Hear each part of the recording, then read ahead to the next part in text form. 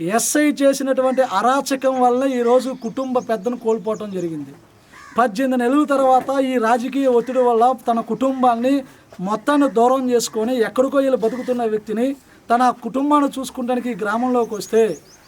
ఉదయం బ్రష్ చేసుకునేటప్పుడు ఆయన ఈ జిల్లాలో కానీ ఈ నియోజకవర్గాల్లో ప్రజలకి ఏ హాని చేయాలనో లేదంటే ఏ రాజకీయ కక్షల కోసమో ఒక మాదిగ బిడ్డను చంపితే ఇక్కడ ఉన్నటువంటి మాదిగలు ఎవరు మాట్లాడనేటువంటి రాజకీయాలకి వాళ్ళు సపోర్ట్ చేయరనే భావాజాలంతో వీళ్ళని చంపారా లేదంటే ఏదైనా కక్షలతో చంపారా అనేది కూడా ఇక్కడ ఉన్నటువంటి ప్రజలు తెలియని అమోమయంలో ఉన్నారు. అంటే ఈ రాష్ట్రంలో మందా సల్మాన్ అనే యొక్క తీవ్రంగా పరిగణలోకి తీసుకోవాలి. అరే మనిషిని కొట్టి 15వ తారీఖు చనిపోతే